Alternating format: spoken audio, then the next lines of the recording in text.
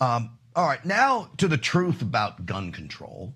It doesn't work, folks. The criminals do not obey the law. That's why they call them criminals. This is Brown University's gun policy. AWR talked about it briefly. Possession, use, or storage of weapons or firearms is strictly prohibited on all university property and university-sponsored events. Well, I don't think the shooter listened. Didn't obey that law, did he? 2 people are dead now, 9 injured. CNN today wrote a giant article about all the mass shootings, 75 school shootings this year alone.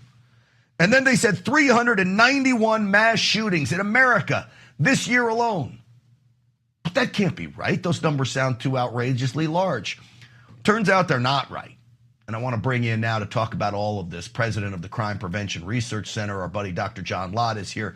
John, welcome back. Oh, it's good to talk to you. Thanks for having me on. All right, John, after Brown University, they said the number's now 75 school shootings this year, which I've been saying, I don't hear about all these public school shootings. How do they get the number 75? Well, and also the other number in terms of mass shootings, what they're doing is they're including, let's say, a gun that's accidentally fired near the school. They're including gang fights that are near schools. They include gang fights that may be at 2 a.m. in the morning in a parking lot, or if somebody pulls into the parking lot at 2 a.m. in the morning and uses a gun to commit suicide. Those are all school shootings. If you define it as a mass public shooting where 4 more people have been killed, not involving something like a gang fight over drug turf. Since 2000, there have been 9 mass public school shootings in the United States. You compare it to other countries like Germany, for example. Germany has had 3. But the problem is that the United States has 340 million people.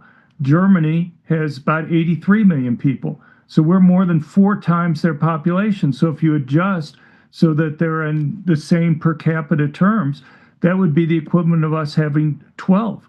Or Finland's had 2 mass public school shootings over that period of time. Finland has a population of 5.5 million people. That's like 1/60th our population. That would be the equivalent of us having 120 rather than 9 mass public school shootings. Or Norway or other countries, for some reason, the news reports wouldn't go and compare the number of murders with the number in California with the number of murders in Rhode Island. They'd adjust for populations in those places.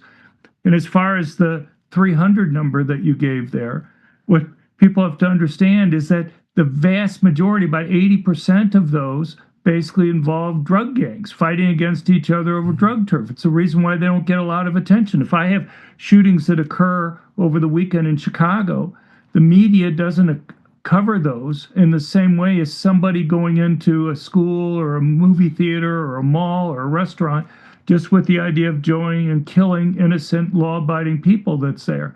So the media itself treats those types of cases very differently, and there's a reason why places like the FBI have a different measure for things like active shooting cases. If you look at all the active shooting cases that the FBI claims that has occurred over the 11 years from 2014 through 2024, they're talking about a total over all those 11 years of about 302. So, and that's any shot that's fired from one person being shot at and missed all the way up to a mass public shooting, not involving something like a gang fight over drug turf or a robbery. All right. John, let me ask you this, because I think it's stunning. The number is 9 since the year 2000 about public school shootings. That's amazing. And you think of all the hundreds, thousands of schools across the country that open up every day, which is why I say the chance of a school shooting happening in your kid's school is slim to none. The chance of another school shooting happening again is 100%, which is why every school needs to be prepared. But the chances of it happening is pretty darn slim. It's probably less than dying in a plane crash, John. Would it be? Yeah, look, there are 100,000 public schools in the United States. There are a lot more private schools.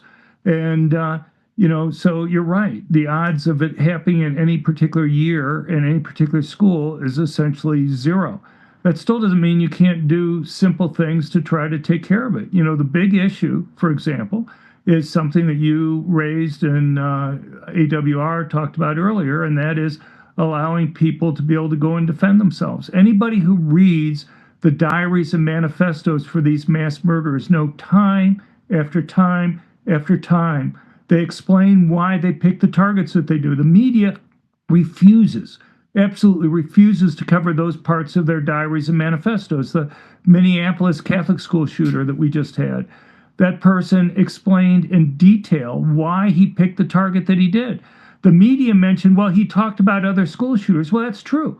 But the reason why he talked about them in terms of what he learned from them. And what he learned from them was to go to a gun-free zone where his victims couldn't defend themselves. But the media, Well, it just drives me nuts. But it's one of the big biases that affects this entire debate. The media just refuses to go and cover that.